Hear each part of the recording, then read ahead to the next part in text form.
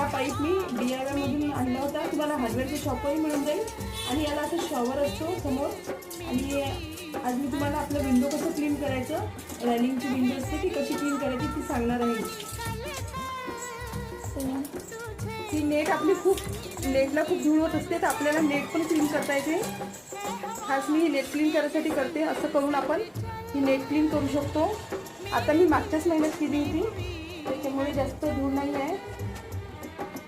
ती नेट आता सरकून घ्यायची आपण इकडची विंडो पूर्ण पॅक करायची आहे. तिकडे आतमध्ये पाणी अजिबात जात नाही.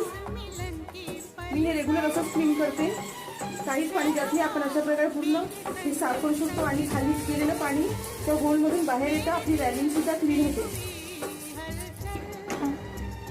आता आपण इकडचा पोर्शन क्लीन करू शकतो. आपल्याला विंडो बंद करावं लागेल, पण त्याच्या आधी आपण काळजी घ्यायची तिकडचा विंडो ओपन पाहिजे, नाहीतर आपण बाहेर लॉक होऊन जाऊ बाल्कनी.